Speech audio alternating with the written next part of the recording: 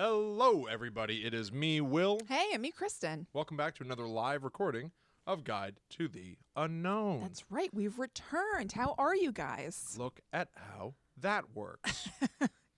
We're just sharing. Nope. What do you hope? Nope. Tell us your hopes and dreams. Whoop. Whoop. Whoop. Whoop. Nope. Whoop. So what we whoop. I like that energy, the interruption. Yeah. So what I was going to say... when you have to self-edit and interrupt. Yeah. So the funny thing about... No, you... I'm sorry? You were going to say something? Yeah. No, you go. You go. I swear. What you're going to say is way more important than what I'm going to say. Yeah. So fun. And somebody just has to stick their neck out and start it. Yeah, exactly. Or it kills everyone. Someone's got to go first. That's right. You got to be entrepreneurs. All things got to be faced. Welcome to another spooky stream, everybody.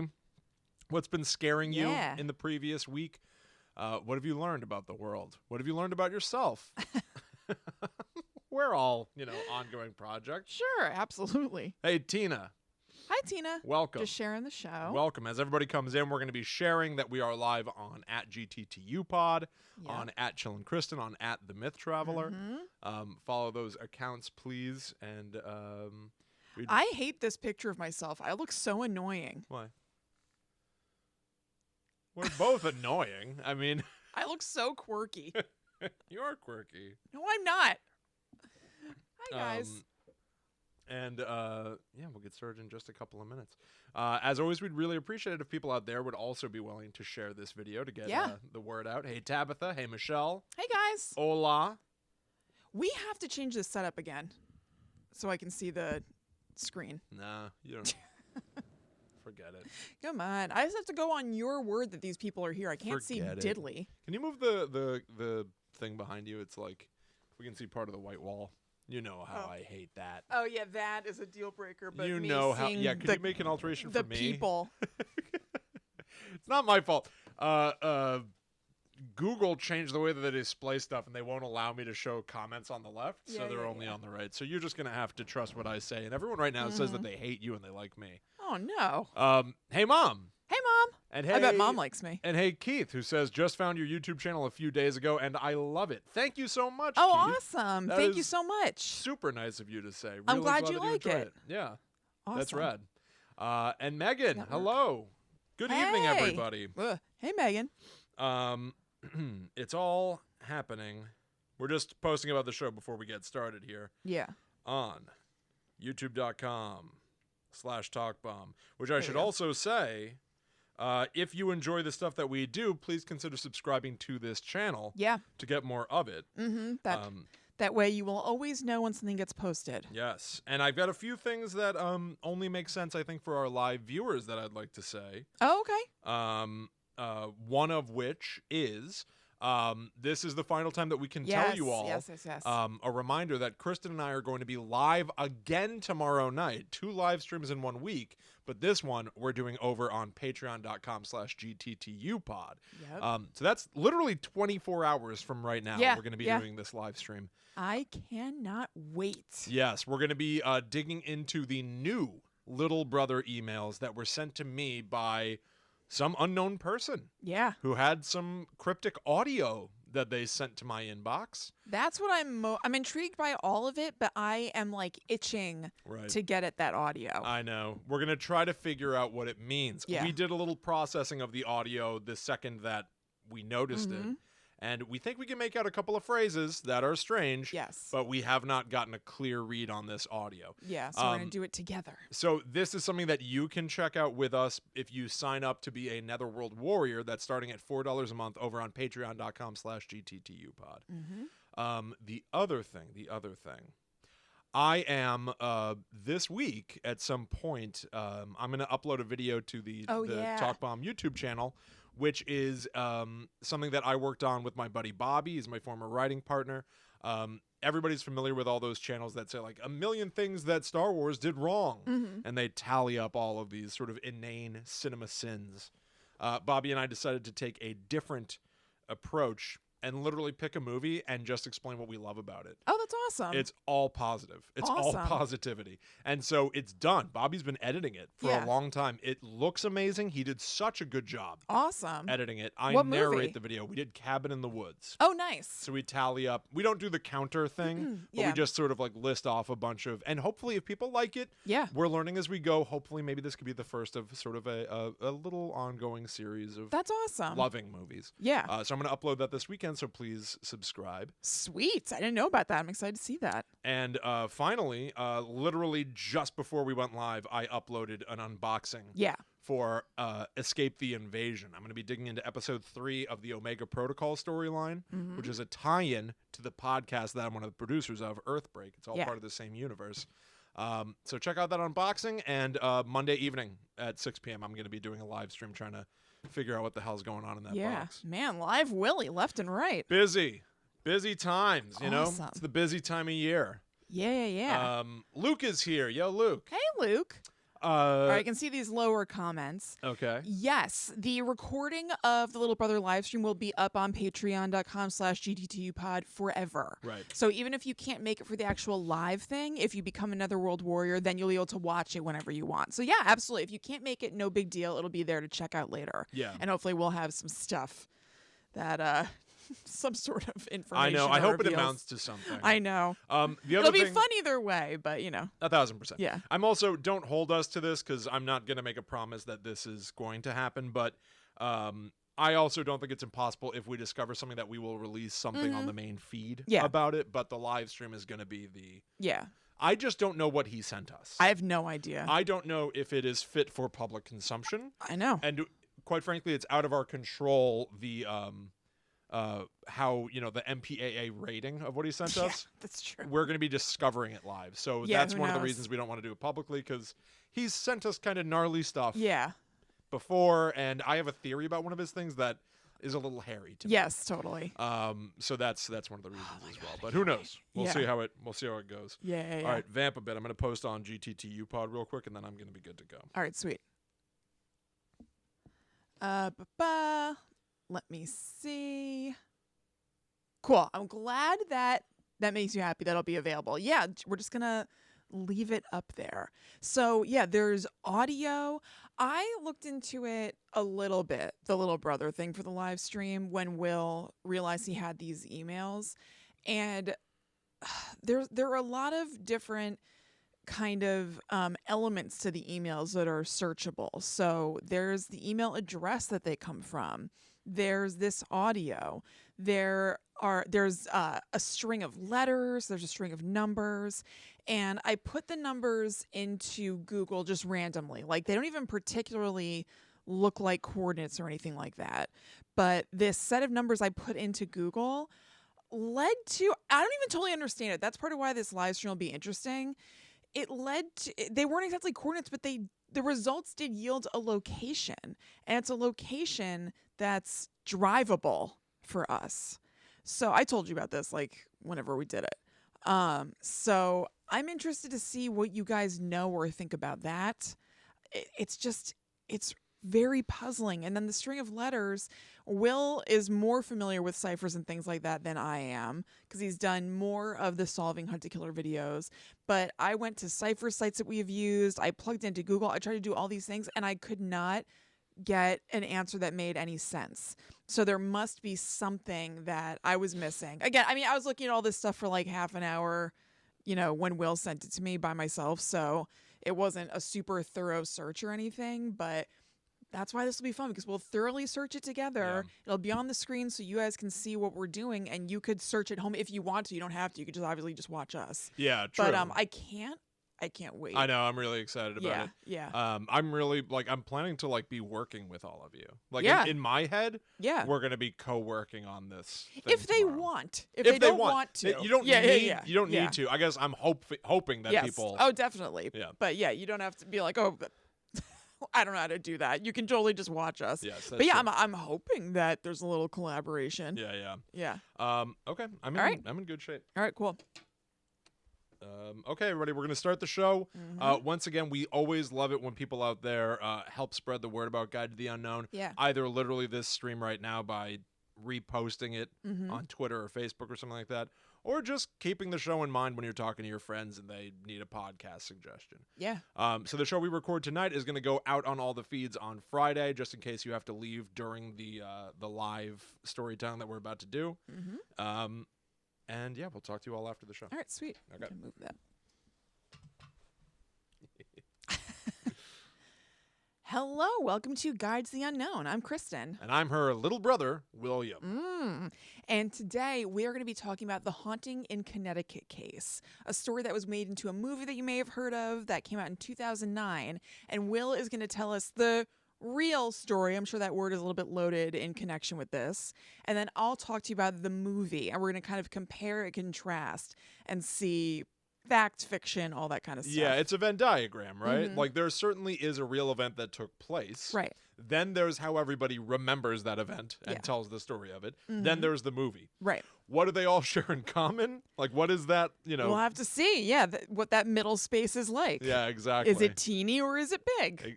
I'm really curious to see how this overlaps, because I certainly, in reading and watching a little bit about the Haunting in Connecticut story, some of it's pretty cinematic. Yeah. Like, it was sort of, I think I've seen the movie, but I don't really remember. But hearing the events that took place to this family, I was like, oh, I see how you turn this into. Yeah, why it would become a movie. Yes, this is a spooky scene to adapt. Right.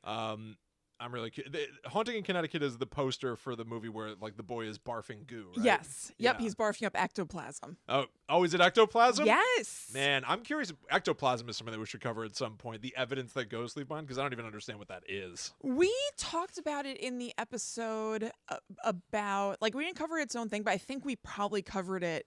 I think we kind of covered it. I think we've talked about it in drips and drabs, but even saying he barfed ectoplasm doesn't make me go like, oh, so that means what? I think we talked about it a lot in the episode about Dan Aykroyd, because his grandfather held seances. That's right. And talked about how there was ectoplasm, how, if I remember correctly, a trombone appeared above them or something like that. Yes, that's correct. So I think we kind of got into ectoplasm in that one. Oh, love ectoplasm. Yeah. Well, the ectoplasm is going to be flying this week. It certainly is. But before we get into all of that, we do, of course, want to remind you all to follow at GTTUpod on Twitter, Facebook, and Instagram throughout the week to keep up with all the spooky news going on in the worldwide. What? Sorry, I got possessed for a moment, I think. Whoops. Possessed by a stuttering demon. Yeah. Whoever Anyway. haunts the Haunting in Connecticut. You know what we mean. Follow GTTUpod. Yeah, absolutely. And you can also go to patreon.com/GTTUpod if you would like to support us and then get a bunch of bonus content. So you can actually go, even if you're not a member, to patreon.com/GTTUpod and just kind of like scan through the posts. You won't be able to see them and interact with them, but you'll be able to see the title of a post and a little snippet about what it is. We do monthly bonus episodes for patrons on the 15th of every month. I've posted a couple of short blog posts. I do a weekly clue as to what this week's topic is going to be every Tuesday. So you can take a look at that stuff and get kind of like the lay of the land for what's going on over there. Yeah, we really appreciate anything that you can offer, but I also do want to say that if you're listening to this show on the day of release, that means our little brother live stream is already waiting for you. Yes. You'll get to find out if it was a spooky success or a burst bubble. Yeah. We'll find out. I was trying to go for some sort of D alliteration. I was like a delirious dump, but burst bubble is much. A delirious dump. It's better. Yeah.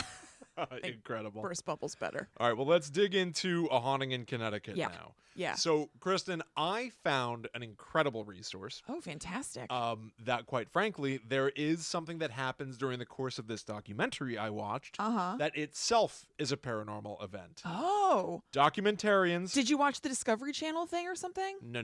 Paranormal Witness? I almost watched Paranormal Witness. Okay. Instead, I watched The Fear is Real, Reinvestigating the Haunting in Connecticut. It is a documentary from 2009. Cool.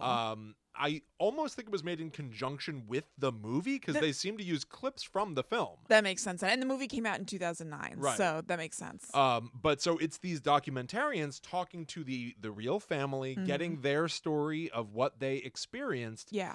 And it's the sort of documentary where, there's not a Zach Bagans type person who is being the face of the documentary itself. Up front and center, it's the family telling their own story. You don't hear the voice of the documentarians at all. But then, all of a sudden, you do. Oh. And I can't wait to get there, but we're going to start at the beginning. Okay, real quick, did you know anything about this case or anything before you started researching it? Because I didn't. I will say, and I think that something awesome happens in the movie that stuck with me. Yeah. But it might be the only thing that I knew about this. I know the poster and the boy barfing the ectoplasm. Yeah, that's like all I knew. And I also got the movie mixed up in my head with The Exorcism of Emily Rose. Oh, sure. Somehow, which I've never seen. But I was just, I don't know. I had images from that in my head, like a barn and stuff like that ended up being incorrect. Oh, right. And is there something that breaks through the walls? Yes. Okay, that is what I remembered. I'll leave it for you to explain that. Yes. That is the moment in the movie that I think of still periodically. It's pretty sweet. It's pretty wild. Yeah, it's dope. Yeah. There's so much cool stuff here. Right. It's funny. This is almost as much as, they made a movie, so how overlooked could it be? Yeah. But it's not like super duper part of my knowledge base. It's not like it's up there with Amityville or whatever, even though it seems like stuff happened there was like pretty crazy. Yeah. I don't know anything about the real story. I decided to like leave myself clean and just know the fictionalized version. So I'm really excited to find out like what the family said. Awesome. I had the Paranormal Witness episode open in a tab on my computer, and I was like, no, let me go into this one pure. Yeah. Well, the story really starts with the Snedeker family. Mother Carmen, her husband, whose name I do not know. Okay. Most of their sons' names I do not know, nor their daughters. In my notes, I just have written the kid for like half my notes, and then I heard his name. I was like, Matt, okay. Yes. Yeah. Yeah. I'm centrally focused on Carmen, the mother, and Matt, one of the sons. The Snedekers moved to, they lived in Vermont, I think, at some point. And then Matt was diagnosed with cancer, and they ended up having to do these ridiculous round trips. They said at one point that it was like driving 300 miles round trip a day for his treatment, which is obviously insane. And, quite frankly, this entire story kicks off with finding out that your son has been diagnosed with cancer. So it already starts from a point of like desperation. Yeah. And Carmen realized at a certain point that this is just an unsustainable system. Living far away and having to travel to Connecticut for his treatments constantly. Can't we just rent a place closer to where he gets his treatment? And finally, they figured out that they had the money. They did a little shopping around. And finally, they found a beautiful, Kristen, a beautiful colonial house that was for sale. They talked to the people that were selling the house. And you know what? They agreed, we'll rent it to you. Did they get it for a song? Kristen, they got it for such a deal. And it was such a beautiful house. And with all those kids, I mean, finding a place to rent was hard. Right. And yet what are they the found chances? like the perfect spot, except it's not so friggin' perfect. Because pretty quickly they realized that this beautiful old house was once a funeral home. Ew. Lightning crash, thunder strike, needle drop. Oh no. Yeah, it's a problem. It's a problem. In the basement, there is still the like ephemera of a funeral home. There is a body lift, literally a little elevator to get the dead bodies to and from the basement for showings. Yeah. There is a blood pit. Kristen, blood pit? A blood pit. I've never heard of that before. What is that? Is that just like what's under the drain? Kind of. Yeah. It's to drain blood. It is. But why does it remain in a pit? I guess I thought there was some sort of plumbing system happening. I assume it connects to a plumbing system of some sort. Otherwise, it's like a big blood swimming pool. Right, or a pit. Tepid. Yeah. Tepid blood. So I guess it's not really a pit. It's just the blood drain. They call it the blood pit. Yeah, and they call it the blood pit, exactly. Ugh. There is a south coffin room and a north coffin room, which later become the kids' bedrooms. My God. Sleeping in the coffin room. Ugh. Sleeping in the coffin room. It was the Hallahan Funeral Home at one point, and almost immediately, the scary stuff starts happening. Carmen is mopping the floor, and the blood turns a dark red, like blood. Blah. The sons, in particular, start experiencing things. All the kids seem to be aware of the goings on. Yeah. No one more so than Matt, who is ill. And he starts writing poems. Now, this documentary that I watched, by the way, I'll be able to put the link in the notes. It's on YouTube in case other people want to watch it. It's like almost an hour long. Okay. They put on screen one of his poems. I wrote it down. Excellent. This is apparently a poem. As they displayed it on this documentary, it was a white piece of lined paper that had handwriting on it. Yeah. I assume it's the real poem. Last night, so soft, quiet. Sneak into the mortuary. Fiddle with the dead. Ooh, God, that's a messed up snippet of a sentence. Ice blue skin making me turn red. I don't care how she died. I like formaldehyde. How old was Matt when I don't know. Yeah.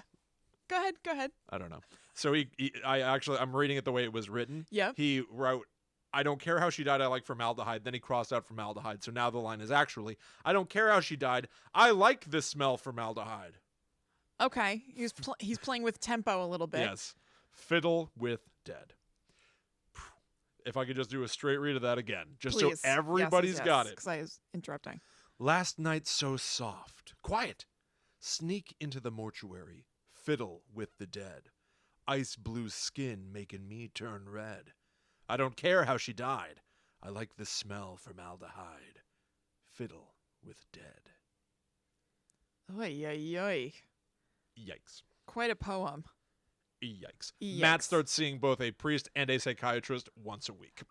I mean, not the worst idea given also what he's going through and everything with cancer. And Yes. now he's living in a morgue. And Now here comes a smorgasbord. Here comes a you pick two. Here comes a one of those things you get at TGI Fridays that has all the appetizers on it. Oh, okay. I don't. A poo-poo platter. A poo-poo platter of at the ghostly Chinese stuff. place? Yeah. Yes. All the kids start reporting things like this. They see a gentleman in a jacket who has no eyes. Ugh. They see orbs that can fly through the walls and ceilings. Sometimes those orbs, while they're flying around, all of a sudden turn into the shapes of humans. There's a shadow person who plays games and wants to peek at you. There is a little boy ghost who is in Superman pajamas who flies around the room. Oh my God. He seemingly primarily... That sounds like a dream. Yes, it does. You know, I mean, you could say A that lot of about. this stuff I bet does. say you could say that about just about anything, but still. He seems primarily focused on the little kids. He wants to play with them. He would like hide their stuffed animals and stuff like that. At one point, they saw several men standing around a little robot toy, and then they pick it up and throw it against the wall. The ghosts do. Oh. And even their father was like, "Why is this toy broken?" So that part was, supposedly verified that. Yeah. Right. Somebody happened. else was there. Yeah. Then here's something weird. They start to interview the kids, their friends. The kids. They start to interview the friends of the kids who are experiencing all this stuff. Yeah. And what they report now as adults is just typical little kid stuff. Yeah, we'd hang out there all the time. Yeah, we'd go, like rollerblading in the driveway. Nobody really talked about any of this stuff. Yeah. Some of them didn't even know that this house had been a funeral home because nobody in the family really talked Yeah, about it. brought it up. They say. Hold on to that because that's all going to come back. The fact that their friends didn't really know. Interesting. So all the kids are scared of this house. They all see, people that don't have eyeballs and things like that. So they're freaked out. Understandably. So, being little kids, and granted, there's like 6 kids living in this house. Yeah. They all sleep with the lights on. They all sleep with the lights on. What happens when you do that? The electrical bill goes way up. Papa's not happy. Their dad realizes that they're paying an arm and a leg for electricity. His solution? Remove all the light bulbs. Oh, I mean, that's one way to do it, certainly.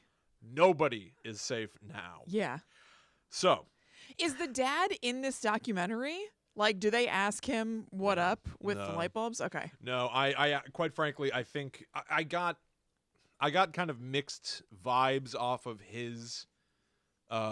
They say at one point that he didn't believe in any of this. Okay. And the fact that he's not in the documentary, I don't know. It just didn't seem like he was really there. Participating in this stuff, yeah. But I wouldn't swear to wasn't that. really home, maybe? Yeah, Gotcha. I think so. Granted, they moved like far away, and I think he still had the job back. home, so I don't know what the deal was there. Yeah. But one of the kids, now that there are no light bulbs, reports he remembers one evening seeing one of his sisters going downstairs, and she walks up to the light switches and just starts flipping them on and off, on and off, on and off, on and off. And the lights don't come on. There are no light bulbs. It's dark down here. Lights on and off, on and off. He calls out to her, what are you doing? And then goes to tell their mom, like, she's down there, like, flipping all the light switches. And the mom says, no. She's in bed. Susie's up here with me. Yes. He was not seeing his sister. No one knows what he was seeing. Oh, boy. So here we go. Here's where the fourth wall gets broken. Okay. So Carmen, the mother, is doing, she's speaking to the documentarians, and she's explaining how the hauntings started to rise out of the basement. They're no longer confined to the morgue downstairs because they had crucifixes that were hung in the door jambs upstairs. Inexplicably, they start disappearing. Oh. I thought they were going to turn upside down. I'm surprised. No. A little bit of a twist on a classic haunting horror trope. Right, but so they're showing these old photographs. It's kind of cool because you get to see photographs of the time. Yeah. Where she is pointing to where the crucifixes used to be and stuff. And then, BAM! Jeez, that scared me. I was planning to. I was hoping to scare you. Oh, my God. But it scared me, too. Because as Carmen is telling this story, there was a slamming sound off camera. Oh. A crucifix just fell off the wall where the documentarians are doing their work. Ooh. Carmen immediately starts laughing, like out of surprise. Yeah. Because she was talking, then something fell down near her, so she starts laughing. She goes, that scared the hell out of me. They're in a different house, right? They're not in, like, the Snedeker house when they're doing this? I don't know, but there are also reports that happen later on that no longer was it, if you left the house, the haunting still wasn't done with you. Like, one of the daughters explains at one point that she would go to the movie theater with her friends, and people would be getting, like, poked and pinched and slapped and whatever, and nobody would know what was going on. Like, normies would know what was going on, but she knew. It was a ghost that kind of followed her as attachment. Yeah. So is the ghost still following Carmen Snedeker? And right. Maybe does it get more power because of people talking about it? Yeah, sure. So the crucifix falls off the wall while they're talking about crucifixes disappearing from the door jambs. She starts laughing. Now the documentarians start going like, are you okay? You hear their voices, and on the screen is text that says, like, a crucifix just fell off the wall. Yeah. Then they say, the room started to feel really cold for us. We started to get really uncomfortable in the room. Yeah. It's the only time. It doesn't happen again. That they interject. Yes. Well, I feel like because neither of us have a crucifix hanging in our home. We don't have an opportunity for a crucifix to either turn upside down nor fall off the wall. I don't want to talk about it, but I also don't want to do that. Yeah, I don't really either.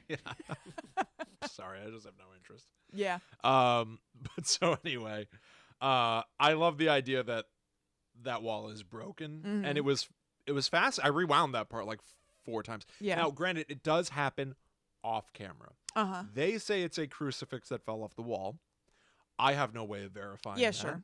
Maybe somebody knocked into something and, knocked over, I don't know, who cares, a painting off the wall. Right, and used it. Yes, and used it. Yeah, exactly. So, I'm not going to swear to that as law just because I saw it in this documentary. Of course. But it was fun. Absolutely. It was fascinating, and if we're nonetheless. taking this, walking into it, watching these things with an open mind and assuming what they're saying is real, then let's assume that's real too. Absolutely. Yes. Yeah. I'm here to participate. Yep. I will continue to be a participant. So now, back to the recollections of what happened to the family. Carmen starts to explain that they had Matt hospitalized. He was put into an insane asylum for everything that he was going through and experiencing. And obviously, he was dealing with a lot, and life was really hard for him. As they were having him committed, he begins panicking, saying to his mother, now they're going to come after you. Like he was kind of like fending them off at home. Yeah. Yeah. So here we go. That's horrible to hear on top of having to, have your son go somewhere, which is stressful on its own. To hear that adds like a layer. 1,000%. You know what I mean? Ugh. Yes. Now it's going to be my problem. Yeah. Oh no. Right. And even if even if that's not true, it's sad that he thinks exactly. That's either way, it's scary. It's like just not only misery. Either you're like, oh God, is there something for me to worry about? Or you're like, not only is he suffering in his own way, now he's worried about me on Right. top of whatever's going on with him because he's away from us. It's just like a not great brew. And even if you're a total cynic, even if you consider yourself a logical person, it would be hard not to ruminate on that thought. Of course. Yourself being like, now it's going to come after me? Yeah, what the hell does that mean? What does that mean? Yeah. And quite frankly, a lot of mental illness can be hereditary. Yeah. So even if you don't believe in ghosts and stuff, because I don't think that I do, now it's going to come after you. You could play on that as like, well, yeah, this might also be something that I deal with. Everything's a spectrum. Yeah. Maybe I deal with things like this in smaller doses than what my son does, but like, I don't know. It gives you that sort of, it can turn into navel gazing, but self-evaluation. What am I going through? What am I experiencing? And it's really scary. It'd be hard to ignore the idea of like, what if it does get worse for me? Yeah, totally. So here's another sampler. We ate the first one. We order another one. Okay. And here it is. I'm hungry. Now the kids are still experiencing stuff. That's a stupid sentence. Now well, they're whatever. still experiencing stuff. One of the sons relates that he saw just a head flying around his room. It has a scar going down the middle of its face. One half of the face is completely smooth. And it would just fly around his room. Like a balloon losing air? Yeah, I guess so. Yeah, I don't know. He drew a picture of it too. Yeah. So it's kind of cool. You can see in the documentary, again, like pencil on paper. Yeah. His drawing of this face. They start to like reach out to like the priests in the church and stuff. And at a certain point, somebody from the church advises to them that they should start wearing rosaries around their necks. And the rosaries begin to like float off their chests and stuff. And Carmen at one point shows one of the rosaries that she used to wear back then. And then here she is. I wasn't expecting her, but in comes one of our heroes. Yep. This I know. One of Guide to the Unknown's like recurring characters. Yeah, it's one of our patron saints. Lorraine Warren. Yep. Ed and Lorraine Warren suddenly join coming down the pike. Carmen Snedeker was telling the story about all the haunting stuff to a friend who had some sort of a pamphlet or a headline about the Warrens. And so Carmen figured, let's reach out. We need help. Yeah. And here's a quote from Lorraine Warren from this documentary. She's in it. Sweet. Giving her side of the story a bit. You knew you were in a home where haunting phenomenon was very prevalent, she says. She could just feel it. So during all of this, Carmen and her husband are both attacked by the shower curtain. Oh. It wraps around them. And the way that they present it in the documentary, it almost looks like being like wrapped up in bat wings. Like you're just completely encased in this like thin membrane. Yes. And eventually they're able to escape from it, but it's like, oh my God, is this like trying to choke me, suffocate me? Yeah, totally. Completely claustrophobic and scary. Yeah, and now guess what? They are coming after her. Carmen starts to experience what they referred to as psychic attacks. Suddenly she would hit the floor, and she says today, well, in 2009 during the documentary, she says there was only darkness. There was no light. She says that during these events where she'd be on the floor, she would in her head be encountering a number of different beings that were all, quote, suffering from negative emotions.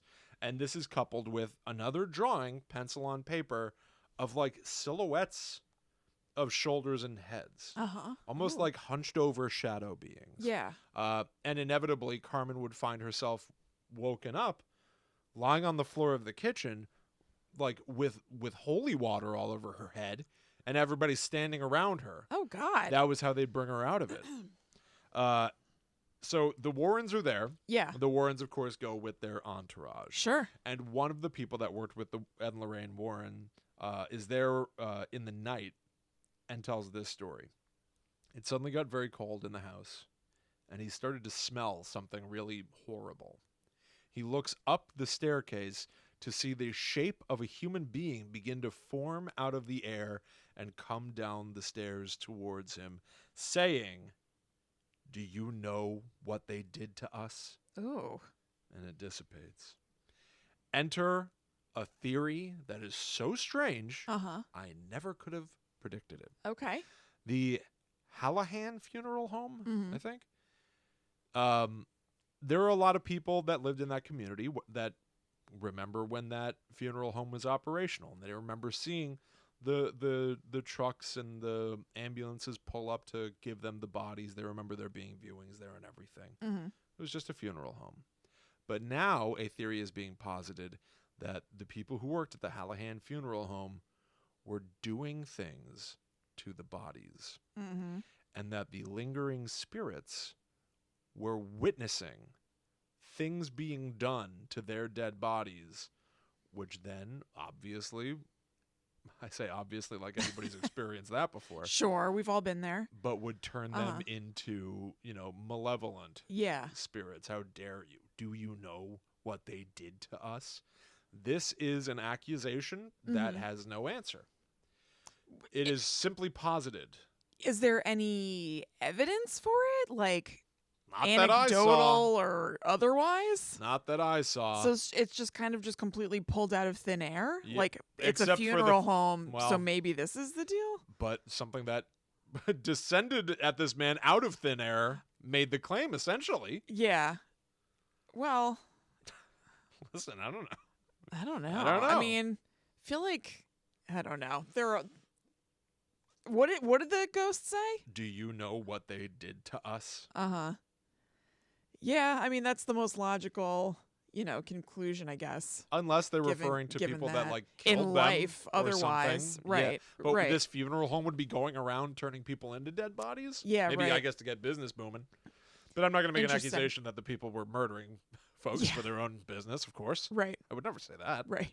We'll just say that they did other stuff, I Just guess. say that they did other stuff. Yeah. Yeah, I don't know. Huh, okay. But it's weird. And to get a sort of like that's a ghost reporting something in a way. That's true. That's odd. Yeah.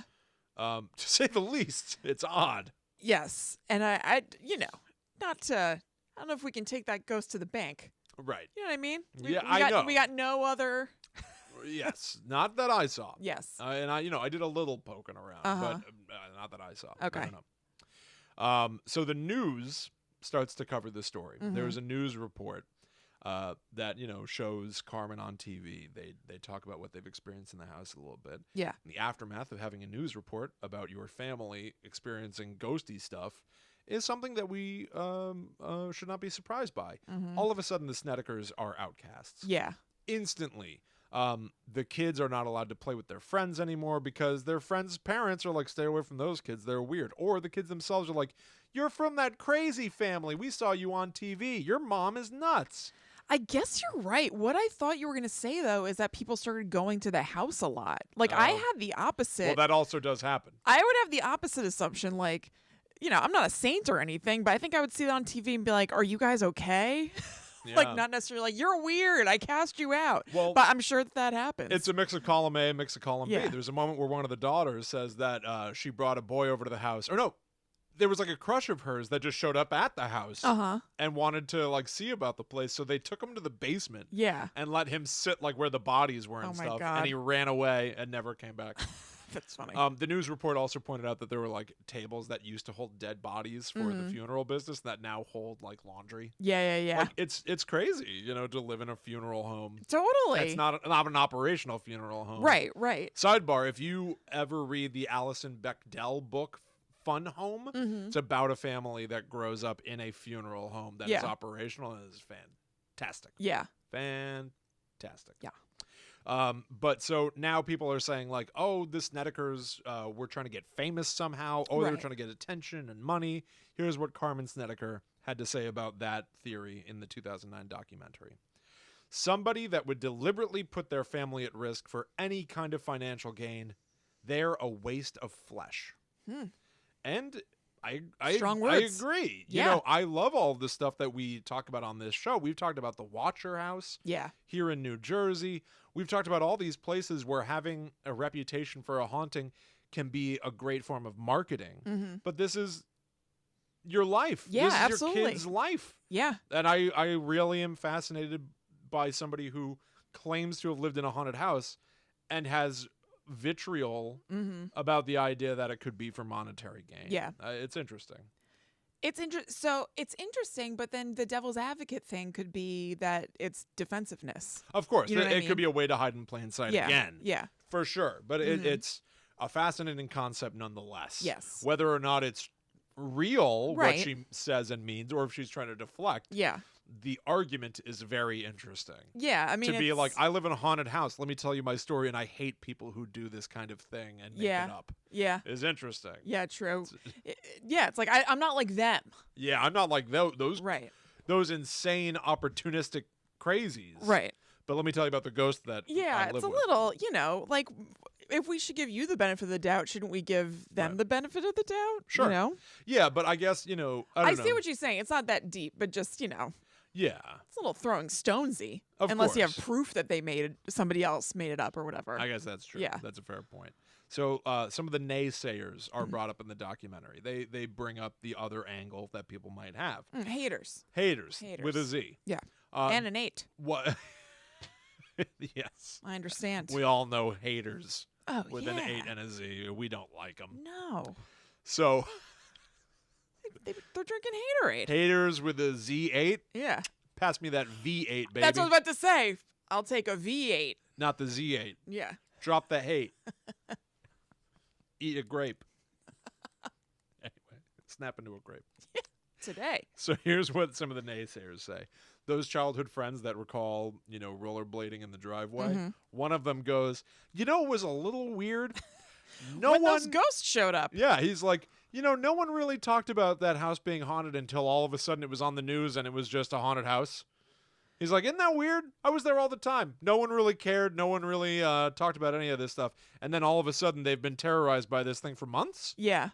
That's weird. Yeah. So that was an interesting observation. Boots on the ground, Yeah. first-hand account, kind of like, I don't believe in this kind of thing. Right. And then there's a reporter who pops up for like 2 seconds, some guy who goes like, yeah, I went there. I went to that house, of course. I didn't experience anything there.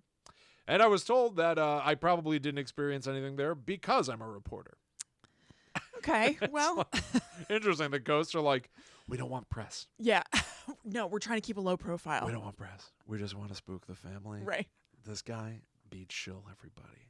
But I guess it is that idea.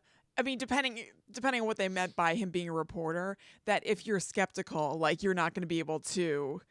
You're not as susceptible to seeing these things because you have a wall up or whatever. Yeah, you right. know, so Yeah, that could be kind of true. Could be. Yeah. Could be. So another part of the aftermath of this story, a book is written about these events by a man named Ray Garton. The book is called In a Dark Place, The Story of a True Haunting. Carmen does not like this book. Oh. The book posits that her family was a mess.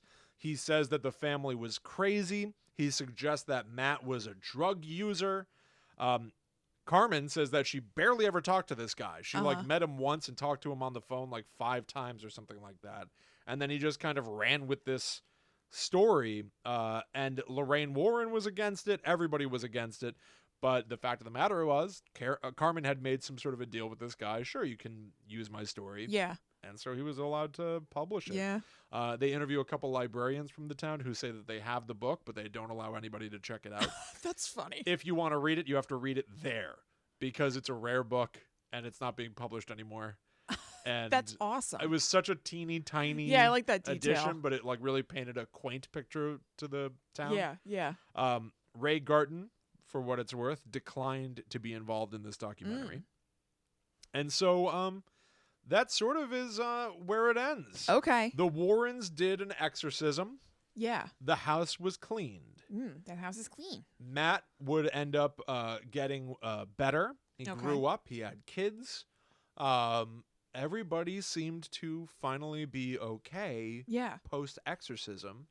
But the story did have some notoriety, so much so that, of course, they would make a movie of it. Yes, they would. 2009's The Haunting in Connecticut, which is extremely different from what you just told me. Is that right? Yes. Oh, good. Like, totally different. Excellent. So that's good. We got some stuff to talk about then. Can't wait. There are some elements that are in there that you said, but like the plot and the reason and like everything is different, which is kind of funny. Yeah. I first want to start with a poem. Oh, yes, please. I wonder if this was a deliberate move on their part to tie in the fact that Matt had written a poem. It's not the same poem, but a poem keeps coming up in the movie here and there. It almost reminded me, and I couldn't put my finger on it, I think it's in It, that like a little piece of a poem keeps coming up or something. Yes. Your hair is winter fire. Yeah. January I think embers. that's what I'm thinking of. My heart burns there too. Yeah, I guess that is what I'm thinking of. I was thinking there was something else too, but for these purposes, let's say it's that. So I just did a quick Goog and I found, I think they just used part of this poem, and I found this on Pinterest. It says, Two Dead Boys poem from a haunting in Connecticut, a mix from the original Two Dead Boys by Tyler Rager. Huh. So I guess like maybe I'm not sure that means that there's an existing poem called Two Dead Boys by Tyler Rager that this person remixed, or if this person's name is Tyler Rager, but whatever. I'll read you the part that I know is said in the movie. Some of it I don't think. This is the remix edition of a scary poem. Okay. One bright day in the middle of the night, two dead boys got up to fight. Back to back, they faced each other, drew their swords, and shot each other. One was blind and the other couldn't see, so they chose a dummy for a referee. A blind man went to see fair play. Okay, this part's on the movie. A dumb man went to shout hooray. Yeah, this isn't in there either. Wow, a dumb man shouted and a blind man saw? Hey, what if a tall man was short? Okay, I think it goes like this. I'm going to leave out these two middle parts of the poem. I think it's this. I'm going to start again. One bright day in the middle of the night, two dead boys got up to fight. Back to back, they faced each other, drew their swords, and shot each other. A deaf policeman, he heard the noise and came and killed those two dead boys. If you don't believe this story is true, ask the blind man. He saw it too. Wow, what if a slow person was fast? Exactly. Oh boy, that fast guy was really slow. Exactly. So Matt is talking to his cousin who lives with them, and he's like explaining that the house is haunted or something. And so he's like, remember that poem that we would say when we were kids? And it's that. It doesn't really have anything to do with anything. Okay. So this movie is okay. I thought it was going to really suck because, like I said, I had it mixed up with the Exorcism of Emily Rose, which I really associate with that like herky-jerky kind of style that was like very hot in jittery the 2000s, body movements, like moving fast toward the camera. Yeah. I thought it was that for some reason, and it's not.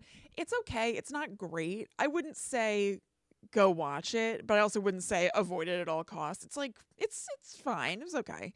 It reminded me a lot of The Conjuring. Oh, sure. To the point that I thought that maybe it was kind of a ripoff of The Conjuring, but it actually came out 4 years before The Conjuring. Yes, and it made me wonder, are Ed and Lorraine Warren in it? No, not at all. Okay, because I thought maybe there was a possibility since the Conjuring franchise would not have started yet. Right. There are aspects, one of the things that I left out is that the families started to sleep in the living room together on mattresses on the floor, which is something that the family in the Enfield haunting did in the movie The Conjuring 2. I almost thought that maybe it was a lift from this, because I don't remember if they said they did that in real life. I would say, or maybe Lorraine and Ed Warren have said to people, like, stay all together. Maybe you should convene in the living room. You know what I mean? Because they're involved in both cases. Yeah, I don't know. But I thought maybe there was... this case could be a Conjuring movie. Like, why not remake this case and put it in that franchise almost? I know. I almost wonder if they will at some point, because I feel like this flies very under the radar, this movie. Yeah. Maybe I'm wrong, but I don't feel like it's talked about a lot. And you know who supports me, who I'll talk about later? Seth Meyers. Seth Meyers? Don't worry, I'll get there. How did he get involved in all this then? Seth Meyers and Jennifer Lawrence. Who knew? Oh, I thought you sent that to me by mistake. No. Kristen sent me like her sources, because we always post our sources online. No. I saw that the thumbnail of it was Jennifer Lawrence and Seth Meyers. I was like, oh, she was watching this and accidentally copied that. Nope. They talk about the haunting in Connecticut. What? In a clip from 2017. Yeah, I mean, there's no reason to hold off. It's not like a huge reveal or anything. But so when I was looking at the IMDb trivia for this, did she go on Late Night with Seth Meyers to promote A Haunting in Connecticut?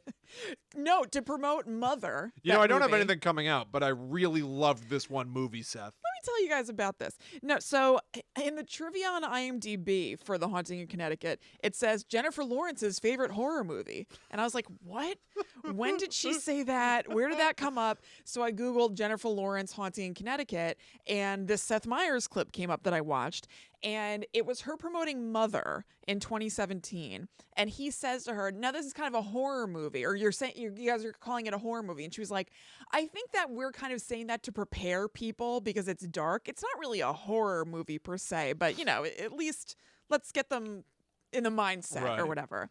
And he says, do you like horror movies? And she's like, no, I don't like them at all. I saw The Haunting in Connecticut and I was scared for 3 years. And he was like, The Haunting in Connecticut? Like, that doesn't really show up on a lot of people's like scariest movies lists. It's like a weird thing to be afraid of. It's very weird. So it's so strange that they prepared this as a bit. Like, it is funny, but I was like, this is so weird. Like, The Haunting in Connecticut came out in 2009. It's 2017. He pulls out a poster of The Haunting in Connecticut. Like, when they have something to show on these shows, it's on like a black stiff piece of poster board or whatever. And he pulls it out and to show her, for her to like riff on it.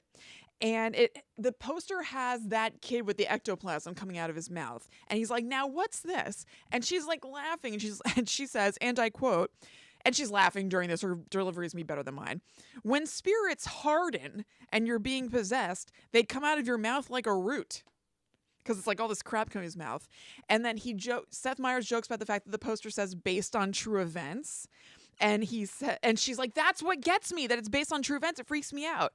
And he said he saw that up top that said based on true events. And then when he looked at the picture, he was like, no, it's effing not. They bleep it and everybody like cracks up.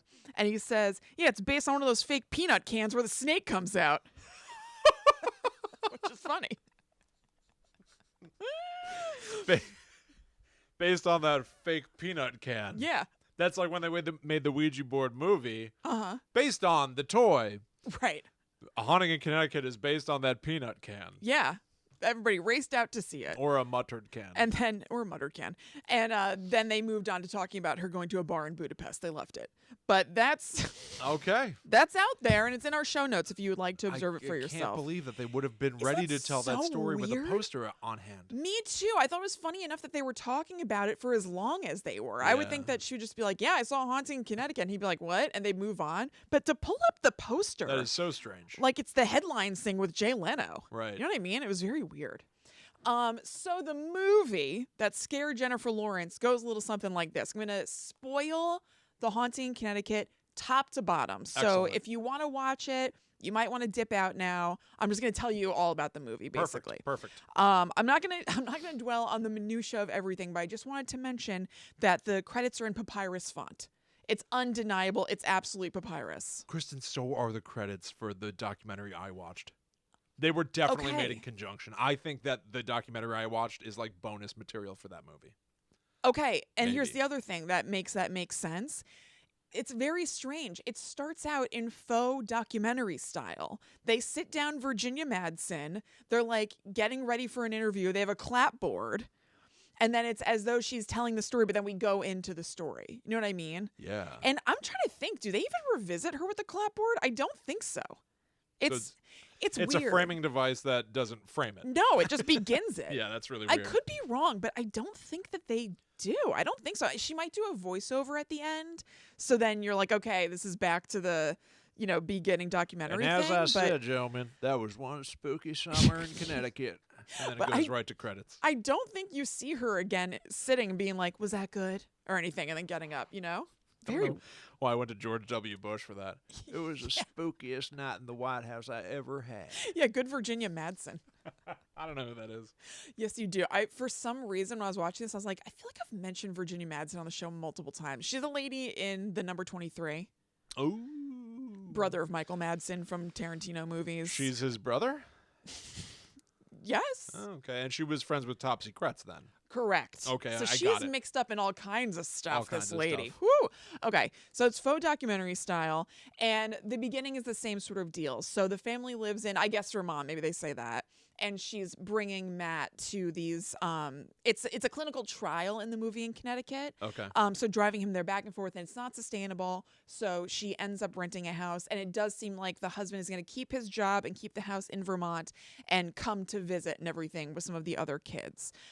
In the movie, or I guess he just goes back and forth and the kids stay once he brings them. In the movie, there's Matt, a younger brother, a younger sister, and then his cousin who's about his age live in the house with them. with Matt and his mom. It's got to be hard to be some of the kids that didn't make it into the movie.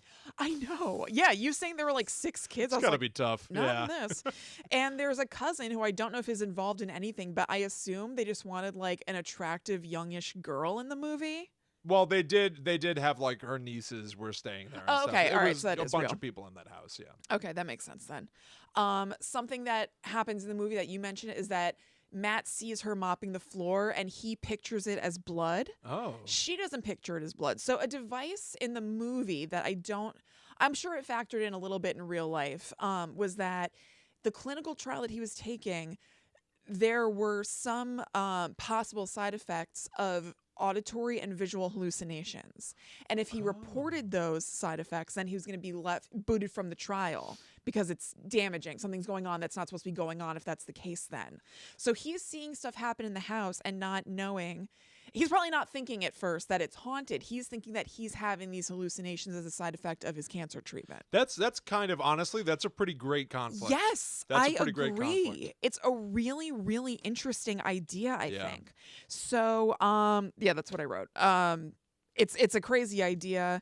And he's having all these visions. So he has a dream or a vision of a guy carving words into a young boy on a table. I should also say, when they move into the house, the mom, you find out later, she knows that it's a funeral home, but she doesn't tell the dad and she doesn't tell the family or anything that this is the case. She's just like, they don't need to know this. Matt makes his room in the basement because he likes it. And and I wrote, like, this is some extremely Will stuff. Like, you would love having like a room in the basement. I love a basement. But for him, the mom is like not into it. She's like, why would you be in the basement, honey? Like, this is weird. And he's like, there's a private bathroom down there. And they've established that he's throwing up a lot from treatments and that he doesn't like to make a thing of it. Okay. So he says, there's a bathroom down here and like, I don't want everybody hearing me. And so that kind of cracks her. And she's like, okay, fine. But there is a wall of like blurred out, dirty glass windows, for lack of a better term, that seem to be blocking off either a big closet or maybe an additional room or something. They can't see anything through it. I know what you're talking about. I almost pictured it in a weird way. It made me think of old schools for some reason. Yeah. Old schools with window panes in the doors, and for whatever reason, they're so dirty and covered. There's a whole part of the room that you can't even see through the windows to. Yeah, it's exactly like that. And the doors are locked, right? They can't get through them, so there's a whole section of the basement that's locked behind doors. Yeah, exactly. So they peer through and everything. They can't see what's back there, and they decide to just kind of like leave it or whatever. And Matt puts his bed like right up next to them. So he has a dream one night about a kid lying on a table. He doesn't know that there's a morgue back there yet or anything. And somebody, like a grown man, like slicing words into the kid, like a dead kid, but slicing words into the kid.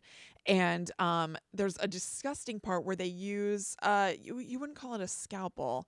I can't remember what the name of it is, but like a big medical tweezer kind of thing that's more flat. Sure. To peel back the eyelid and then slice his eye. No. Now, I don't know if they showed the eye slicing part because I was putting my hands in front of my eyes. Once they did the eyelid peel back, I was like, bleh. Yeah. So they eventually get that room open and they find out that it's a morgue. And I think it looks very good in the movie. It looks really creepy.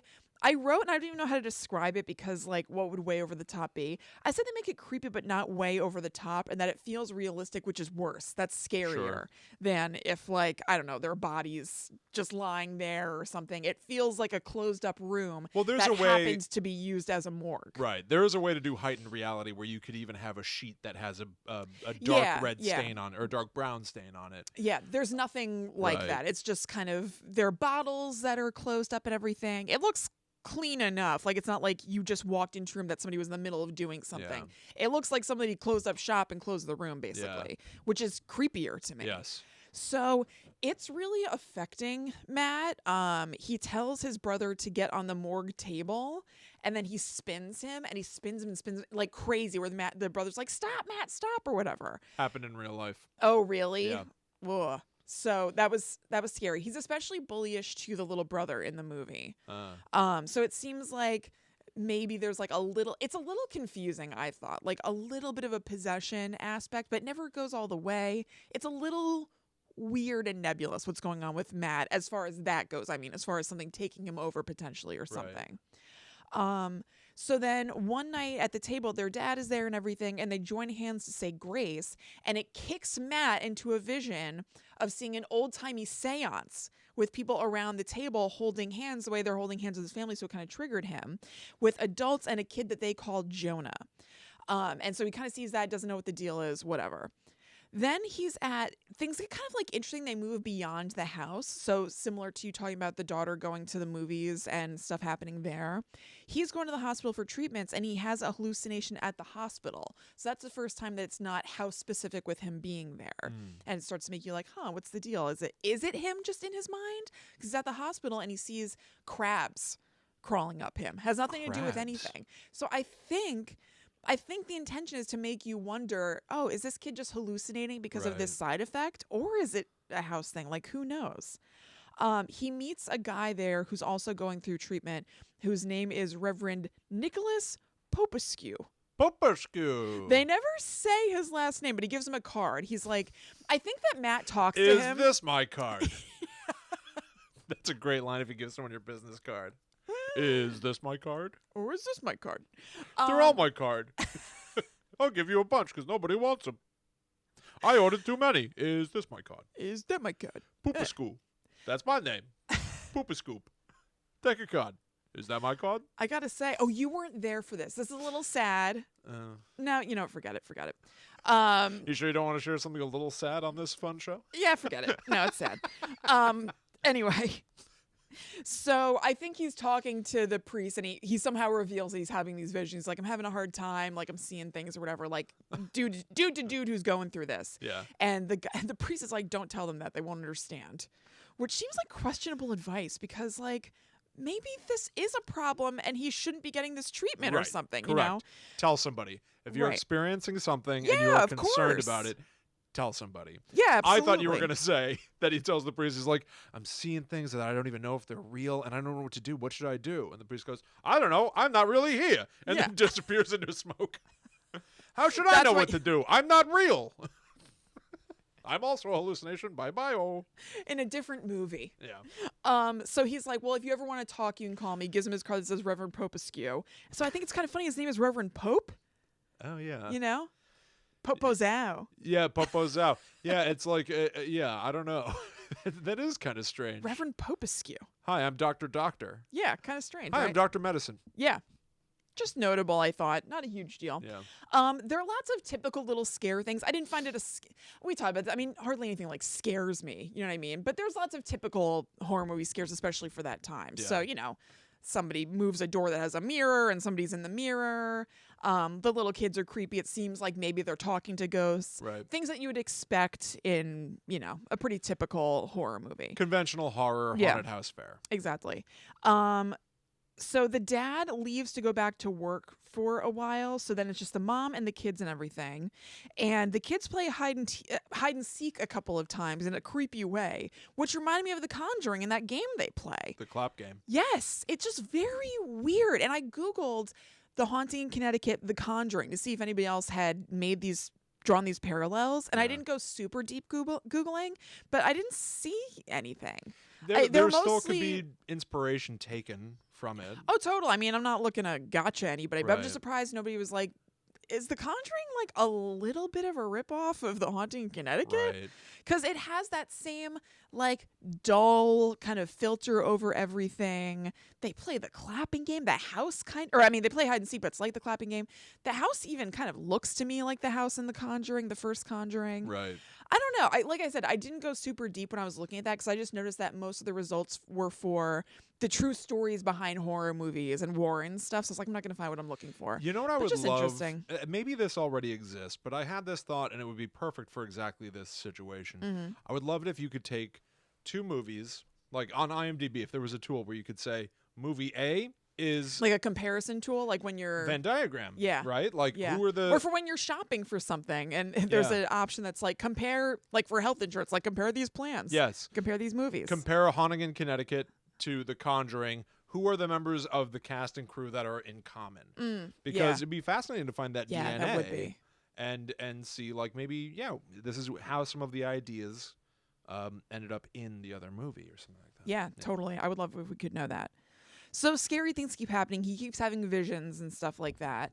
And he's acting weird, especially to that brother, like I said. He has a vision at one point where there are these bodies with the writing on them surrounding him, and he pushes one away, but it's actually his little brother is next to him who he pushes. So he calls the priest, and the priest says that this stuff is all around, but that we don't see it. And the priest, I have a lot of direct quotes from him. He has some really interesting lines and interesting thoughts. He says that most people experience living or dying, but that he and Matt and other people who are, sick or in their situation, quote, spend quite a lot of time in the borderland.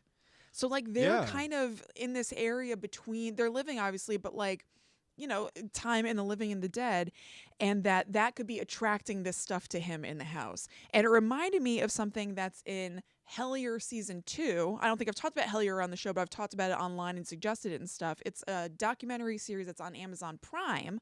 And there's a part in season 2 where they're talking about the idea of strange phenomena being attracted to liminal spaces or liminal situations. So things that are in between two things. So whether that's a person going through a transitional period in their life, or literal physical liminal spaces like train tracks, things like that those areas and those people seem to have a higher instance of experiencing supernatural things than people who are settled. That's interesting. Neither here nor there. I love that idea. Just like maybe that phenomena or ghost or whatever is. It's kind of neither here nor there. It lives in that liminal space. Right. And maybe it's attracted to other things that are in liminal spaces in whatever way you want to phrase that, metaphorical, physical, whatever. I like that. I like that theory it. quite a bit. And honestly, one of the first things that comes to mind, I think we've talked about this before, and it's something that I genuinely want to explore. We certainly have the equipment to do it now. We talked a long time ago about whether or not, mostly when you hear people share their stories about having experienced a ghost or something, it's like, yeah, no, I saw something out of the corner of my eye and I looked and it was gone. Like that's like a liminal thing. That's what I'm saying. Like I've always felt maybe ghosts exist in your peripheral vision. Right. And so when the ghost hunters go to investigate, they're all about it. They're trying to focus on the liminal space, which you can't do. Right. Because the liminal space is liminal. always moving. It's always going to be just out of focus. So one of the ideas that I had for a show a long time ago was you and I go to a haunted house and we just do this show there. Totally. We but just don't focus on trying to talk to the spirits, but we pay attention to our peripheral vision. Yeah. Just a little bit. Or have things kind of documenting. We see what happens when you're in a space and you are ignoring what people say goes on in there. I think that's when you would get activity. I love that. I think it's a great idea. The liminal space. And I love the idea of it being for places that are temporary. And by the way, the family of the Snedekers are renting. Exactly. As so well. That falls into that category as well. It's like liminal on liminal on liminal. Yeah, in this sort you're of not situation. here, you're not there. Yeah, You're in the middle. I love that, spending time in the borderlands. You're right. I love these ideas. These are terrific ideas. It's real. Watch. I know I've told you a million times. Watch Hellier. I know, whatever, but I really recommend it. I really, really am into Hellier. I'll watch Hellraiser. All right, fair enough. Fair enough. Okay, it's a compromise. Yeah, it's a compromise. A liminal state. A liminal state. It's in the middle. Okay. Compromise. So, I just want to mention there's one scare where Matt is doing sit-ups and he sits up one time and there's a burnt ghost. Have we seen a sit-up ghost before? A sit-up ghost. Yeah. I don't think so. I don't think so either. We've had sit-up fun in heavyweights. Yes. Oh, tons of sit-up fun there. Lots of fun. But I don't think we've had a sit-up ghost. There is a ghost who jogs and works out in the movie The Frighteners. Oh my God, that's right. And he's jogging and taking his pulse, looking at his watch. Oh my God, that's right. Oh, so good. There's a scene where I started to roll my eyes, but I think they kind of undid it, where they walk in the house and all the chairs are stacked up in one room, where I was like, come on. Yeah. Reference, though? Are they... Reference, or is this a thing? And so it seems cliche, but if it happens, it happens. Cliches are for a reason. Again, if we're saying that this is a real story, maybe ghosts are constantly stacking up chairs for whatever reason. Right. But then here's the thing. Then we see that Matt is in the corner behind them with bloody fingers and scratches on the wall. So maybe he did it while he was having some sort of breakdown or something. Yeah.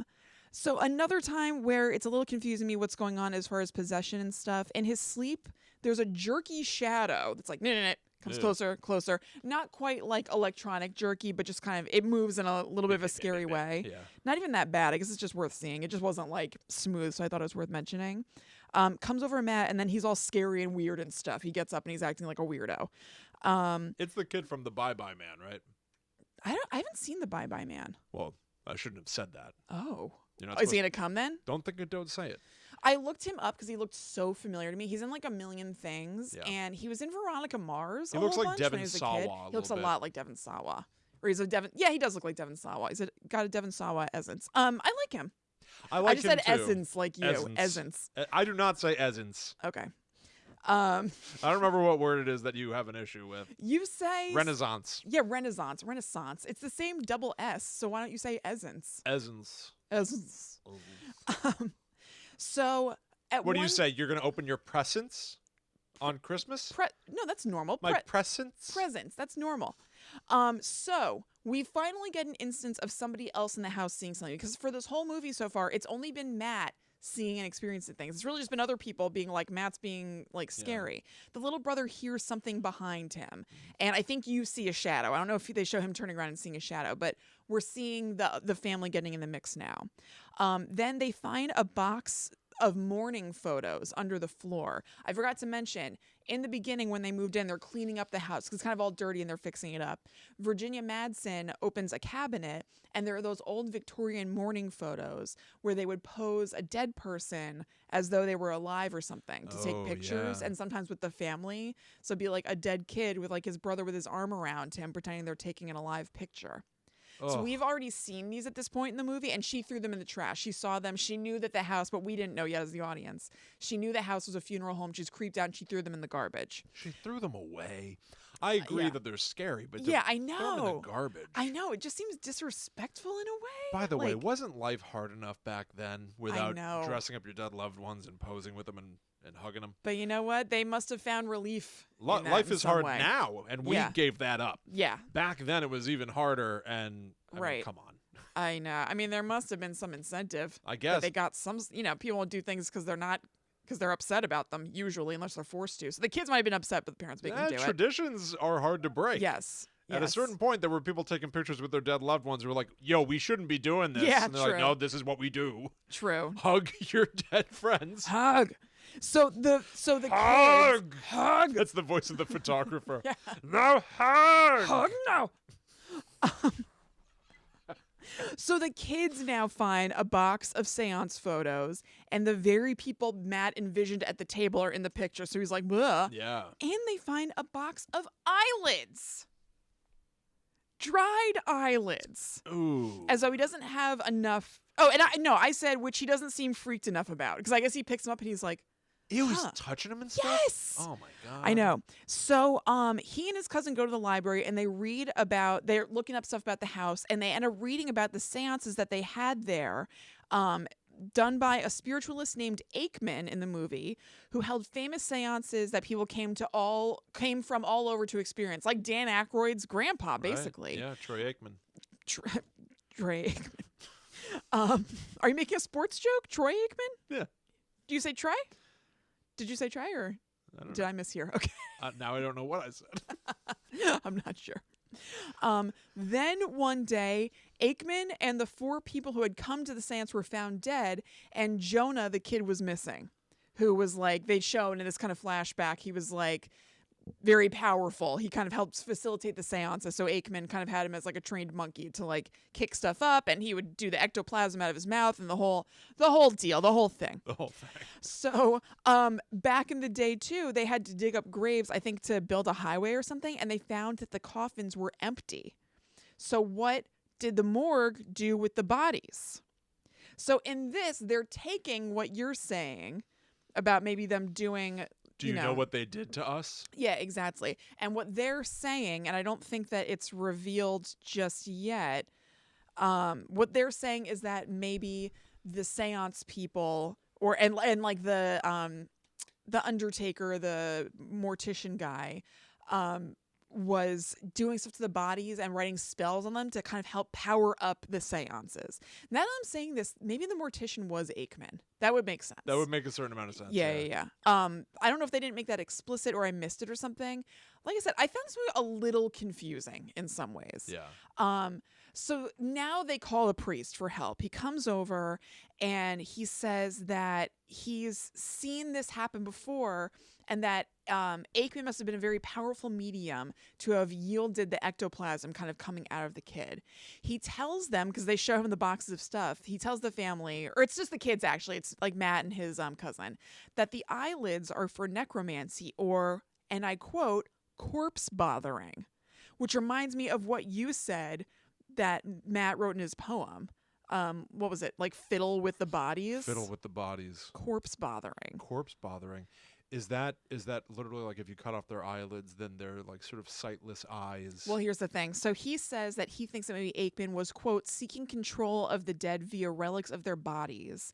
And that it's just, he's spitballing here. He has just a thought that maybe he cut their eyelids as the reverse of what we usually do for the dead, which is closing their eyes so they can rest in darkness. Maybe he had their eyes forever open so they could be watchmen for the seances and everything. And so they guess through kind of a big leap that they use their bodies to amplify the seances and that maybe these bodies are buried on the property since they're not in the coffins that they dug up. That's so weird. It's so weird. It happens very fast.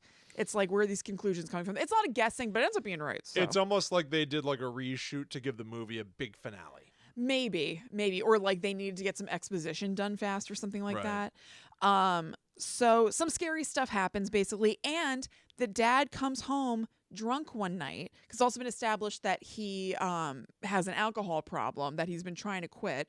He comes home drunk and he smashes all the light bulbs in the house and then leaves. He comes in drunk. He's like, all the lights are on in the house and everybody's in bed, which reminds me of what I said about Ryan the other night. Yes. I was watching it and I was like, uh-oh. Yes, yes. We came home from seeing the Scream 2 midnight showing and... which was awesome. It was awesome. There's a little blog post about that on Patreon. That's right. You can read about it. That's right. But so we came home at like 3 a.m. and the lights were on and I was like, if Ryan's not awake and watching TV, if this bleep went to sleep and left all the lights on, I'd be pissed. And guess what? He kind of did. He was like in bed, like looking at his phone or something. So Kristen came through the door with a baseball bat and goes, "All the lights are on!" Lights are on! Smashed the light bulbs. Kristen doesn't use light switches. Fun fact about Kristen. Mm-mm. She goes through like 1,000 bulbs a year. It's very expensive, but we all have our rituals, our things that make us feel comfortable. I guess, hey, you do you. It's self-care. I like to smash the bulbs. I smash the bulbs. So he comes in, he's like super pissed, and he's like, all the lights are on, like me. And he unscrews all of them. And he's like, okay, there we go. Now all the lights are off. Okay, perfect. He smashes them in the sink. It's like scary and like kind of sad and messed up. But it actually leads to a very cool horror movie scene. So the house starts going nuts after he's left. The phone, like electricity is all happening. The phones start ringing, the radio turns on, and the light outlets spark. So like there aren't light bulbs in them, so the lights can't go on. But everywhere there would be a light bulb is sparking, and it looks cool. It's pretty neat. Cool. There are some cool things in this. So they call the Reverend. He comes over and he just has a cool quote that I wanted to put in here. He has a cross that's an iron cross, but it's like magnetic. So he can pull apart the two cross things and he's holding these two pieces of metal. And the mom is like, what's the deal with this? And he's like, well, it's an iron cross. It's magnetic. And he says, prisons have iron bars to not only, I guess he's like, iron is protective. Yeah. Quote, prisons have iron bars to not only contain the body, but the evil that may lurk within it. I wrote, this dude is cool. I like that. I know, it's really neat. So he's going through the house. He's trying to kind of talk to the spirits, and he's holding the iron to protect himself in both hands. And he says that they're not there to punish them, meaning the spirits, no matter what they've done, but to free them, like a bird caught in a room. Thought that was a cool line. Yeah. There's also kind of a motif because there's like a scary bird thing that happens to the cousin. Oh, okay. So fine. Cool ideas in this movie. Like even if it's not like executed in a way where you're like, exactly, this is a classic. These are great ideas. There really are. That's what I'm saying. It's fine. Sure. But there are things on paper that are like very cool. So he somehow finds out, fine, whatever. He knows where to find these body parts, like parts of a skull and stuff like that. Because I think we may have found out at this point. I don't know if I wrote it down and it comes up later, but if I did, I'll just breeze by it. We find out that those people who were holding the seance were found dead with Jonah, not because Jonah like killed them all and ran away. Yeah. It was that they're doing the seance, the ectoplasm started coming out. It started like glowing like lava basically, and then like exploded and like burned everybody in the room. Oh. And Aikman, the seance guy, is like, run or else like they're gonna blame you or something. So Jonah runs into the dumbwaiter thing, which is actually I guess the thing to like transport bodies up and down. Okay. It's small like a dumbwaiter though. So it could just be a dumbwaiter. I think it might Maybe just there's be a dumbwaiter that and goes and a body lift. maybe. Yeah. And he gets stuck in it, and then somehow probably the ghost in the house or something, the crematorium thing next to it goes off, and so Jonah ends up burning and dying. Gotcha. And the priest somehow figures out how to find it's not even explained. He finds skull parts and he gathers them all up to do something, with them that we'll find out. A bunch of ghostly activity kicks up. He kind of stumbles and coughs, so you're like, oh no, because remember he's sick. Right. But then it subsides. So Matt, I'm trying to like breeze through. Yeah. Matt wakes up with writing on him. The ghosts have carved on him in his sleep or whatever. And his mom thinks he did it to himself, understandably. And she calls an ambulance. So a gross, cool thing that they do is that they cover him with the sheet, and then they kind of pull the sheet up, and you can see where his blood has made a mark on the sheet, like in the pattern of the words that are on him. Oh, that's interesting. It's kind of sweet. That's cool. So, okay, the priest figures out the thing with it not being Jonah's fault and him running away. The priest has the ashes of what we now know as Jonah somehow in the car, and he opens the car door and they like blow all over the place. When that happens, Oops. and also they've now taken Jonah to the hospital, which now I wonder if I guess it's the mental hospital maybe, from happening in life. All the food in the house has spontaneously gone moldy and rotten. And the priest calls the house to say he made a terrible mistake. And he's talking to the mom. He says Aikman didn't remove their eyelids so that they could see. And this doesn't make sense. This isn't one of the sweet things. He says he realizes that Aikman didn't remove the eyelids so that they could see, but to make them unseen. Why would removing their eyelids make the ghosts unseen? Fine. All those poor souls are in the house, and Jonah was trying to free them. But now he has taken Jonah out of the house, Jonah's body out of the house. Right. So now all that's left is their rage. He says, get out now. The family hears that Matt hasn't responded to treatment and he could go anytime. And when they asked so he's in a medical hospital, actually. Okay. They're talking to his, okay. Yeah. They asked to see him, and he's busted out of the hospital room window because he's going to go to the house and he's going to end this thing. Visions have happened. He's talking to, I think, what is Jonah in the hospital room with him, and he knows he has to go and burn the house now. So he goes and they do a little Jack Torrance thing with an axe. Like he takes an axe to like break down the door of his house and get in. And Sarah, Sarah and the kids are in there. His parents have just gone to the hospital. And he says, whatever you do, do not let them put out the fire. And he's like pushing all of them out of the house. And she's like, what about you? And he's like, I'm already dead. Which is kind of sweet and sad and cool because they've told him that he could die anytime. He could die tonight. So he's like, if I'm going to die tonight, like I'm going to end this thing for my family or whatever. All right. That honestly, I just got to chill up my spine. Mm-hmm. One, I'm very cold. Yeah, it's very cold down here. 2, I almost played that in my head as like he's dead. Oh, like he's already died? Yeah. Yeah. Like you could. I'm a ghost, but I'm trying to save you. Granted, it doesn't explain who's holding an axe. Yeah. I guess for the movie's sake, it's canon that he's not dead. Yes. But like the thought process of like, but what are you gonna do? And be like, I'm already gone. Yeah. And then you get like a call from the hospital that's like, well, we have to tell you he passed away. Yeah. Like I don't know. That just occurred to me and it scared me. It's freaky, yeah. So now is the part that I think you're thinking of that's like very sweet and messed up. So he goes downstairs, and again, it's a little confusing. I don't really know what's going on here. It sounds like this all sort of fell apart. It kind of did, and also just like so he starts hacking up the walls downstairs, and there are bodies stacked up in the wall. So dead bodies with that carving writing on them are stacked up like kindling in the wall, and they're falling out. I love it. Like the wall is like infested with bodies. So that means anytime that you were just leaning up against the wall, right, there were bunch of dead bodies. Tons of dead bodies. Like an inch away from you. Now, I was confused because these dead bodies are extremely well preserved. Nobody's rotting or anything like They're that. They're like dusty mummies almost, right? God, no. Oh, really? Like, they don't look like plump and pink or anything, but they're not really dusty mummies. They're like, I don't know if we're to understand that they've been embalmed and stuff, so maybe they're a little preserved, but like they're more preserved than makes sense. Yeah. So I was like, is he seeing this as a vision, and like it's still gonna work symbolically and everything, but like if somebody were to walk in right now, do they see what we're seeing with Matt? Right. Or do they see something else? 'Cause it doesn't make sense how the bodies look. And it turns out, yes, they would see them that way, so it's a little bit confusing. So he's just going to town, like rolling all these bodies out, and then it keeps switching where like he's himself and then he's Jonah. Oh. Like visually, it's really weird. That's weird. So then he burns the he's setting all the bodies on fire and everything. He throws those morning photos into the fire, and importantly and grossly, the eyelids. Yeah. So he just takes the box and like throws them on, and they seem crispy. They Ew. don't seem whatever. Yucko.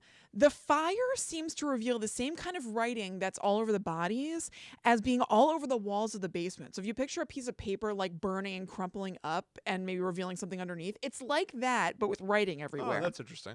Again, I don't really know if that's literal or if it's Sure. symbolic or whatever. But the mom has come at this point. The family's all there. She breaks into the burning house, and it seems like she sees those bodies too. So I guess that's just the deal. It's also been established that the mom is very religious. So she recites some scripture while she's holding him. It's very dramatic. And the ghosts come over to look at what they're doing and then disappear. So it seems like the combo of the fire and maybe burning the eyelids and the photos and maybe her scripture has released them or something like that. And then the firefighters break in through the wall and they rescue all of them. So they bring him outside. It seems like Matt has died of smoke inhalation or something. The Reverend is there too and everything. And they're able to revive Matt. And when they do that, the priest turns and he sees Jonah standing next to him. And, perhaps he helped. So, okay, I wrote it. So then it goes to Sarah's voiceover. So we don't go to see her again at the clapboard, but her voiceover says that. Because the documentary wraparound. Right. Okay. But it's kind of a weird wraparound because it's not clean. Like you don't see her talking again. It's just her voiceover, but whatever. Sarah's voiceover says that Matt is alive and well now and that God works in mysterious ways. We just never know how mysterious those ways can be. Consider yourself warned. What? I don't know. What does that and mean? then there are, you might get a miracle, but it might be horrifying, I guess. And then there are end cards that say his cancer disappeared and never came back, and that the house has since been restored, and no one has complained of any hauntings since. Here's the thing. That house never burned. Yeah. That was never a thing at all. So people take some issue with the fact that this says based on true events. Right. It is based on some true events. That's correct. It's correct.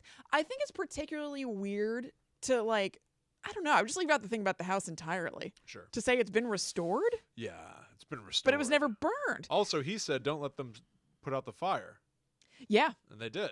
I know. The kids failed. Shouldn't that have been, But, it's good. I guess he's alive and fine. healthy now and everything. Thank God it turns out I could live and do that. Yeah. This all worked. I'm glad you guys didn't listen to me then. Great news, everyone. I was wrong. Right. It's all perfect now. Yeah. So I was going to leave you with the Jennifer Lawrence and Seth Meyers thing. It's frankly a better ender than what I'm going to tell you, but I just think it's interesting.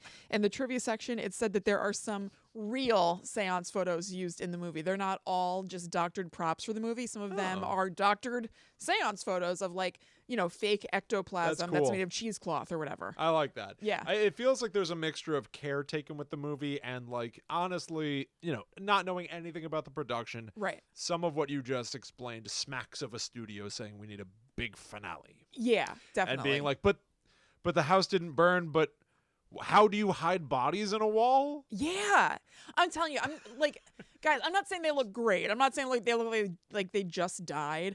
But I think we're to believe, I don't remember the dates, but I think we're to believe this seance stuff happened a long time ago. And it was a morgue like a long time ago. Everybody looks pretty old-timey. And these bodies just like don't look that old. Yeah, so it's kind of weird, but whatever. I do love the idea, though. Awesome. It's sweet. I have long thought of there's a time not that long ago where we didn't have the best system for dealing with the dead. Yeah. Quite frankly, I still don't think we do. No, we don't. But who's to say that, like, we're in a basement right now. We're partially underground right now. Yeah.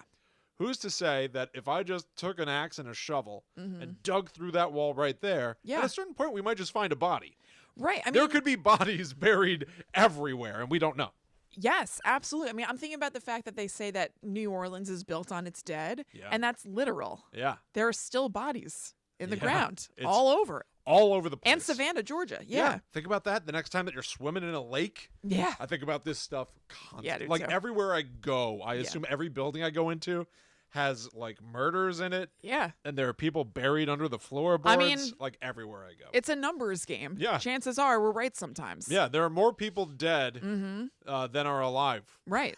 Like of all the people that ever exist. Yes. Everyone's buried everywhere. We're all over the place. Right. It's terrifying. Truly. And this movie, granted, they went for a big, ridiculous presentation. Yeah. Of something that's not that really that theory, but the bodies in the walls. Like I saw that and I was like, this is kind of dope. Oh, it's kind of dumb. It's boss. It's kind of dope. It's really cool and like messed up and gross looking. Hell, especially the shot of them stacked on top of each other and then kind of like falling out, like tumbling out. Disrespectful, unceremonious. Oh, of course. It's not body good, stack. Oh no, but for like a horror movie, it's sweet. Yeah. It's fascinating. Yeah. Bam. Well, that's it, you guys. The Haunting in Connecticut. Yeah. So, if you're interested, even though I've told you all about it, you could check out the movie and see these things I just talked about for yourself. And until next time, you can find us over on patreon.com/GTTUpod if you want more Guides of the Unknown between episodes. You can also go to facebook.com/group/GTTUpod to join our group over there. There are lots of awesome people posting cool stuff all throughout the week, either Constantly. like neat, creepy news or like memes that are themed around spooky stuff, bringing up topics and be like, hey, does anybody remember this old movie that I watched? And then people do. They're like cool conversations going on in there. So please come and join us. Yep. And follow at GTTUpod on Twitter, Facebook, and Instagram to stay in the scary world all throughout the week. You can also follow Kristen and myself online. That's right. I'm at Chillin' Kristen on Instagram and Twitter. And I am the Myth Traveler. That's right. And we would also super appreciate it if you guys would leave us a review on Apple Podcasts or anywhere that's convenient to you that you'll leave reviews. If you use a different podcast app, if you'd like to leave it on Facebook, it's all good. But I will say Apple Podcasts is kind of the big daddy. So if that's how you listen to us, we would really appreciate you leaving us a review there. Yes. 5 stars, please. Just like ScarPup14 did, saying, love, love, love. This is one of my absolute favorite podcasts. It has a pleasant combination of spooky with a bit of pop culture and a ton of fun. When it's not spine-tingling, it's hilarious. Thank you, Will and Kristen. Keep up the great work. Thank you, ScarPup14. Yeah, that's awesome. Thank you so much. Yeah. So that brings us to the end of this week's episode of Guide to the Unknown. We will see you next week when we return for more terrifying tales to tantalize and tease. But until that time comes, we must travel. Back to the netherworld. Go we. Is that a thing? What do you mean? Terrified. Is that from anything? No. Good. That's why I like. Really tripped off the tongue. I think last week I ended up like stumbling and stuttering on something because I usually did a great job. I usually don't know where I'm going. Yeah. Hey, so CBFR in the chat on the live stream called this out. About 18 minutes ago, I heard a voice. Oh, yeah, I saw you doing something. I couldn't tell whether it was like something I should comment on or if it was going to like ruin all the editing and everything. About 18 minutes ago, and I'm sure you can see this in the video version. You 100% can, because looking at you, I was like, I don't want to halt the action. And then like, what if it's like something Will just wants to breeze by, like you heard Molly or something? What do you mean? I thought I heard somebody say my voice from the stairs. I thought I heard Allie like right there. Was it that spider you're like pointing 15 to? feet away? Yeah. and it like surprised me because on the one hand it was like it was almost like a whisper that I could hear clearly. And I was like, well, if Allie's interrupting the show, something important is happening. Like, because not that like this is the most sacred event in the world, but right. Yeah, like so and then there's nothing there. There's nothing there. And then I saw a CBFR in the chat say, "What do you think Will just heard?" That's weird. I thought I heard somebody. It's not. I'm not going to claim that I heard someone go Will. I didn't hear that. But I thought I heard Allie I thought I heard someone try to get my attention. Yeah. Maybe somebody was trying to get your attention. And they've got it. Yeah. Weird. I don't know. Just saying. I don't know. Weird. I don't know. It surprised me. Weird, How's everybody stuff. doing in the chat right now? Yeah, how are you guys? Thank you all so much for hanging out. We've got 28 people in here watching us right now. Awesome. Good. I hope you guys liked it. You know, YouTube has never been the driving factor for Guide to the Unknown. The podcast has always been the audio podcast. But it's so cool getting to do this and have people hang out. And honestly, 28 viewers for us is really pretty damn great. It is. I hope you all enjoyed that. I wonder if it's because the haunting Connecticut is like a recognizable thing. I don't know. Oh, maybe.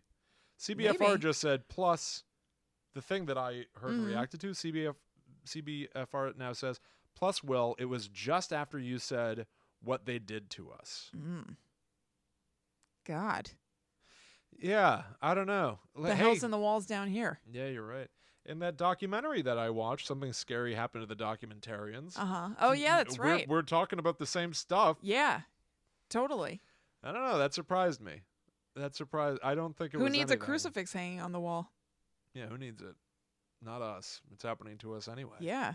Man. Oh, boy. Well, good. I'm glad you guys enjoyed it. Yeah, got the heebies and the jeebies. Thank you, KB. I know you are. I recognize your name and everything when you're watching with us, so thank you. Yeah, I recognize everybody. It's like super nice that you all come to hang out with us. Yeah. So thank you. Oh, awesome, really Sarah. Hey, what just happened to you? The you got wires in a twisted weird your place. wires? Yeah. Yeah, I'm glad you could see it too. Yeah. All right, everybody. All right. Hey, listen, right, well, I'd hang out longer, cleansing. but we're going to be around. So like tomorrow night, Yeah, listen, totally. Now it's less than 24 hours and Kristen and I are going to be digging into the little brother story. And like I'm literally so like excited. I really am. Uncovering stuff that we don't know. No. Like the format of this show is usually to a certain extent sharing things we've researched. Granted, I didn't know what you were going to tell me. Yeah. You didn't know what I was going to tell you, but each one of us had some sort of a knowledge base going into it. Tomorrow night, we're going on to a live stream that we have no expectations of what we're going to find. Yeah, we're totally. Going to find stuff I tomorrow. hope something. And Good, Dana. I'm really Thank you. excited about it. Yeah, I am too. I can't wait. Okay, everybody. So curious. Stay chilly. Stay silly. Yeah, I don't know if you guys are cold, but we are. Oh, I'm so cold. What if there are a bunch of ghosts down here and that's why we're cold? Hey, I did, when we moved into this house, I did the, diedinhouse.com thing. No, I know. No. Allie and I That think doesn't matter. I think places can be haunted that somebody didn't die in. Hey, this is also, Mm-hmm. I think coming up in March. Mm-hmm. This house turns a very scary 100 years old. Wow. This house was built in 1920. Yeah, that's so cool. So there could be some energy about the place at the moment. Well, maybe we should do some more hunting. Maybe we should. Hunting we should go. I'm going hunting. We are the hunters. Tomorrow, Tina, is 6 p.m. Eastern on patreon.com/GTTUpod. Yep. Again, we're doing this on the Netherworld Warrior level. Mm-hmm. I have some concerns about what we might find. Yeah. A little bit. So consider yourselves... I'm trying to think. I don't think that we talked about the weird stuff in the Little Brother episode. No, we didn't. I actually re-listened to it yesterday just so I could catch myself back up. We don't. No. So yeah, I don't know. We'll see. But I think it's going to be a lot of fun. Yeah. So I hope that you'll all consider hanging out with us. Yeah. Either way, I'm sure that we'll share the story on the public level at some point. Yeah. But I think that's going to do it for us for now. Yeah. Thank you all again once more. Hope you have a great rest of your night. Yeah, have we good will dinners. see you again very soon. Eat a yummy little suppy. And we'll catch you later, everybody. All right, bye, guys. Have a good night. See you tomorrow. See you real soon. See you real soon. I do